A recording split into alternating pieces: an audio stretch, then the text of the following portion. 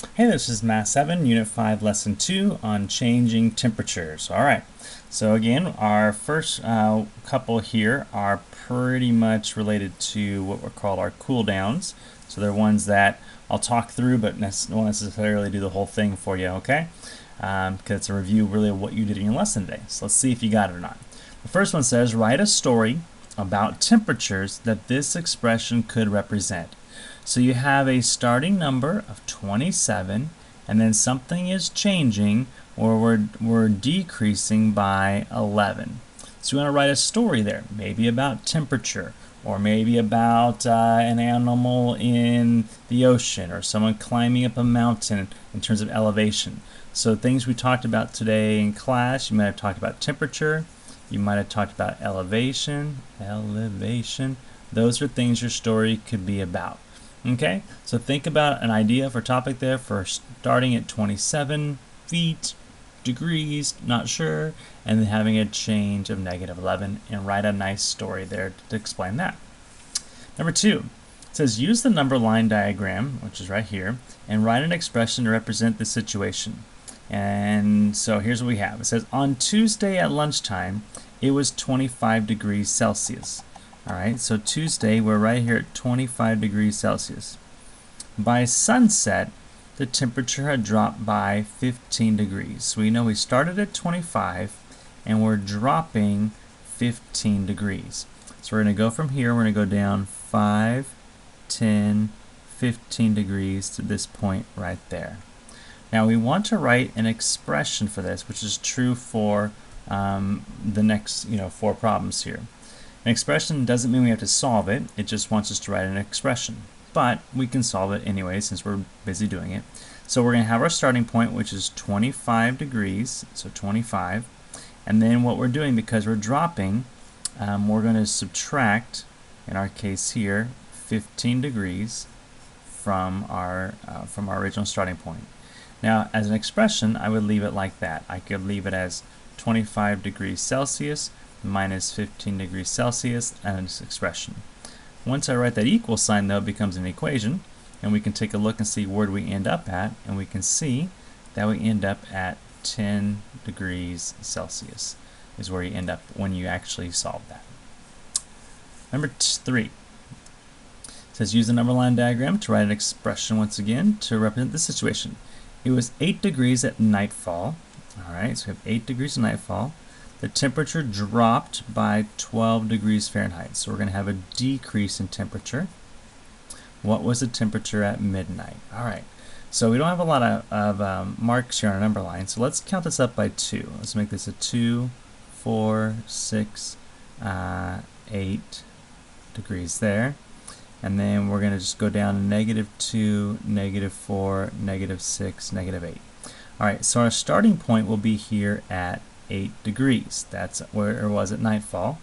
And we're going to drop 12 degrees, which means we're at 8, and we're going to drop and decrease by 12 degrees. That's what we're talking about. So we're going to be here, and we're going to decrease 12 degrees. So 2, 4, 6, 8, 10, 12. I counted by 2's because my little chart here was by 2's. And so we stop right here at this point, which is at point -4. So this distance from here to here shows a decrease of 12 degrees, which put me at a temperature of -4 degrees. Okay? I could write it like this. I could also write it as 8 plus a -12 equals -4. Both of those equations would be just fine. Okay? So either one would be good. Let's look at number 4. It says use the number line diagram and write an expression to represent this. The temperature the next morning was -4 degrees Fahrenheit. Okay, so let's just do our -2, -4. Here's our temperature right there. By 3 p.m. the temperature was 14 degrees Fahrenheit. How much did the temperature rise? So we know it's increasing, and the question is how much is it increasing if it gets all the way up to 14? Now 14, let's take a look here. Here's 0, 2, 4, 6, 8, 10, 12. Need to make one more line right there for 14. We're going from this spot right here at -4 all the way to there. So because we're looking at that total value right here from here to here, then what I want to do is look at the absolute value of each number and find the sum. That's how we find what's called the magnitude. We're looking for combining those together to see what we come up with. The absolute value of -4 is 4. The absolute value of 14 is 14. And so that tells me that the amount the temperature rose from -4 to 14 is going to be a total of 18 degrees is how much the temperature went up.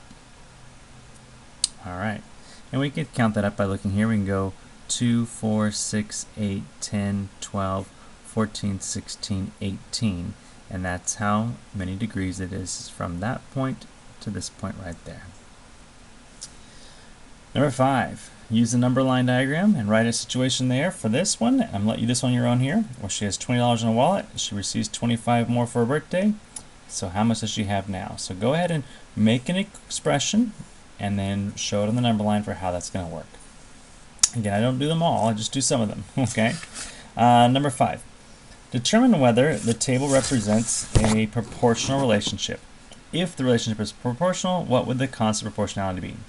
Alright, so this is a review question from Unit 2. We found the constant proportionality by saying, in our basic equation, y equals the constant proportionality times x.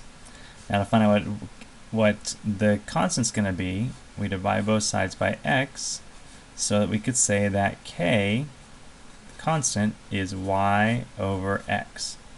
Now in this table here, we could label the first side x and the second side as y. And we can see what the constant proportionality is going to be. We have 12 and 18, or written like this way, we have 12 over 18 as a y over x. I know if I can reduce this here, 6 goes into there 2 times, and 6 goes in here 3 times, and so that's that's what this one is. This is a relationship of 2/3. Okay, meaning if I took 18, if I multiplied it by 2/3, I would end up with 12. Let's look at this one. Here we have 20 over 30. I can reduce that. 10 goes in here 2 times, 10 goes in here 3 times. That's the same. So this is a 2/3, a 2/3. Let's look at the last one here. We have 30 over 45. 15 goes in here 2 times, 15 goes in here 3 times, so we also have 2/3. So we do have certainly a constant proportionality. It's a proportional relationship because it works all the way through. And our constant proportionality is going to be 2/3, which we see again and again and again. Alright, I'm going to do number 6 here, but I know I saw something different when I was looking around the school today.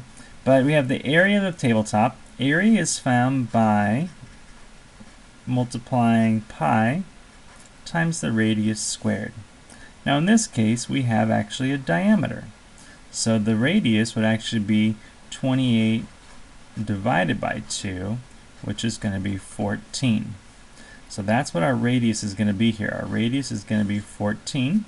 So we do pi times 14 squared. And 14 squared is 196. And in terms of pi, we leave it as 196 pi, and then we would say inches squared. And that's what our area would end up being if that's what we had to do.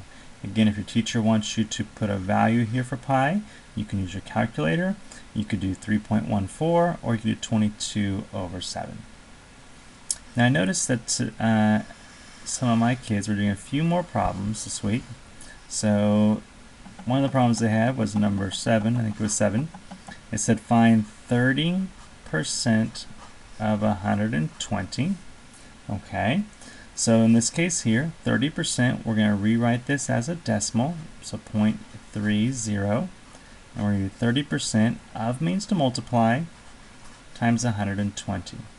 And when we do 120 times 0.30, we end up with 36.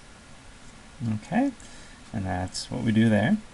On number 8, we're looking for 3.5% commission on something that costs $3,000.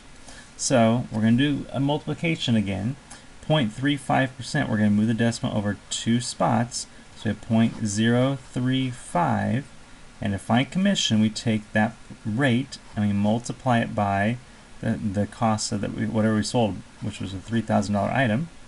And we multiply the commission by the value of what was sold. That gives us $105.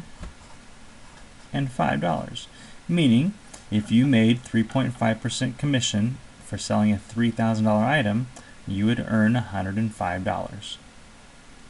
And then finally, number 9, it said that there is something on sale. There's a jacket on sale for $55.